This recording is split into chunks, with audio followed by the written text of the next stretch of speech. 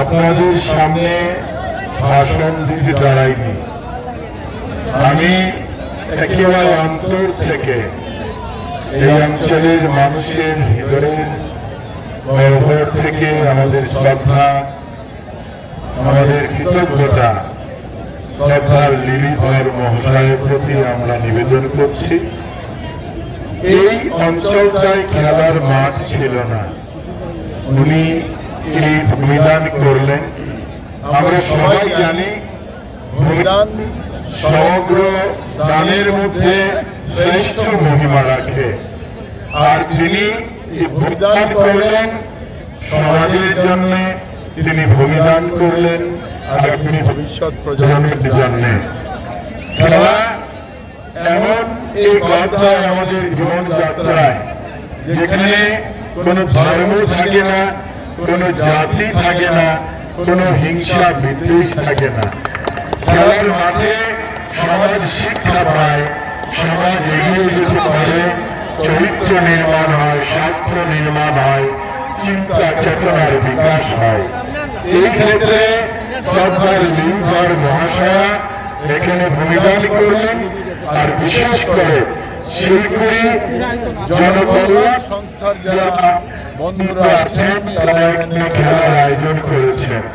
এই রাস্তায় আমি প্রতিদিন আসি, যখন এখানে খেলার মাঠ তৈরি করার ব্যাপারে আপনারা পরিশ্রম করে যাচ্ছেন, আমি দূর থেকে দেখি আর মনে মনে পরম পিতার কাছে বলি যে এই সুন্দর মাঠটা সুন্দরভাবে যাতে নির্মাণ হয়। নির্মাণের কাজ এখনো আমরা সবাই দেখছি অর্ধ সমাপ্ত আছে। এখনো খেলার মাঠ হয়েছে, তার পরিসর নির্মাণ আমরা করতে পারিনি, তার ইনফ্রাস্ট্রাকচারাল বিকাশ এখানে হয়নি। আপনারা আমাকে সঙ্গী হিসাবে, আপনাদের সঙ্গী হিসাবে যাতে এই মাঠটা সুন্দর হয় তার জন্য একটা মেমোরেন্ডাম দিয়েছেন। আমি এটা আমার এই কর্মজীবনে 5 বছরে আমি মনে রাখবো। এটাকে সুন্দরভাবে সম্পন্ন করার জন্য আপনাদের সহযোগিতা নিয়ে আমি চেষ্টা করব। এই মুহূর্তে দাঁড়িয়ে আমি কোন স্কিম বা কোন অ্যামাউন্টের কথা আমি বলছি না। আপনারা জানেন যে সাংসদের নিজের পুঁজি থাকে, আপনারা এটাও জানেন সাংসদ ইচ্ছা করলে কোনো না কোনো জায়গায় কিছু না কিছু ভাবে কিছু ব্যবস্থা করতে পারে। কাজে এই ব্যবস্থা অব্যাহত থাকলে সুন্দর একটা খেলার মাঠ যাতে এখানে তৈরি হয়। শ্রদ্ধার লিলিধর মহোদয়ার যে ইচ্ছা, যে বাসনা, যে স্বপ্ন, এটাকে সার্থক করার জন্য সাংসদ হিসাবে আমি এখানে যতটা সম্ভব আপনাদের পাশে দাঁড়াবো।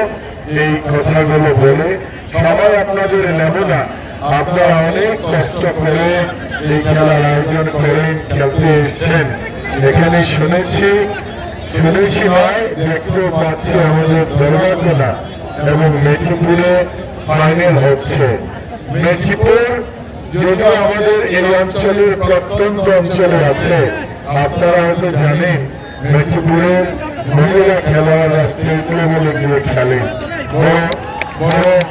তারা ভালো খেলোয়াড়। মেদিনীপুর ছোট্ট বাগান হতে পারে, ছোট্ট অঞ্চল হতে পারে, ভালো খেলে।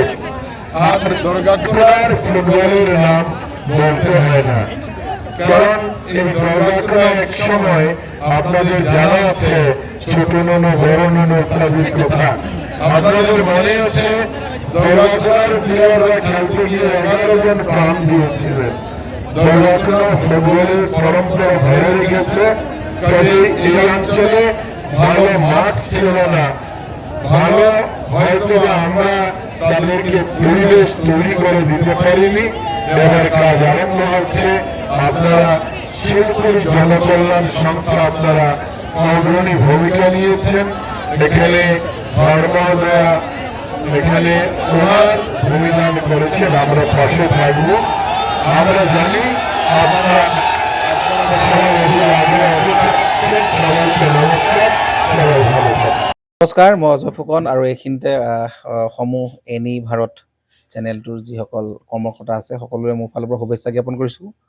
অসমৰ আচলতে সংবাদ জগতত নতুনকৈ আচলতে এটি আত্মপ্ৰকাশ ঘটিছে আমাৰ নিউজ চেনেল এনি ভাৰত, আৰু এনি ভাৰতৰ এটা খুব ধুনীয়া এটা অনুষ্ঠান হ'বলৈ গৈ আছে।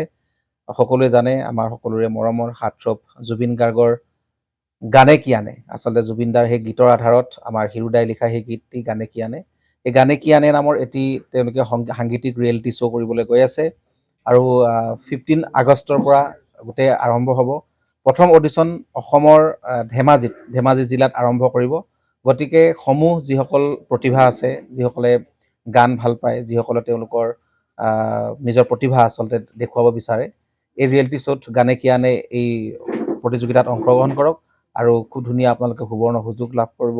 লগতে ইয়াতে পুৰস্কাৰ আছেই, বিভিন্ন ধৰণৰ উপহাৰো আপোনালোকে লাভ কৰিব, আৰু লগতে এগৰাকী প্ৰতিষ্ঠিত আচলতে এগৰাকী শিল্পী হিচাপে অসমৰ সাংস্কৃতিক জগতত আপোনালোক প্ৰতিষ্ঠা লাভ কৰিব। গতিকে গোটেই অনুষ্ঠানটোলৈ মোৰ ফালৰ পৰা শুভকামনা থাকিল, আৰু লগতে এই অনুষ্ঠানটোত আপোনালোকে অংশগ্ৰহণ কৰিব। আমিও আছোঁ আৰু সকলোকে আমি লগ পাম। ধন্যবাদ।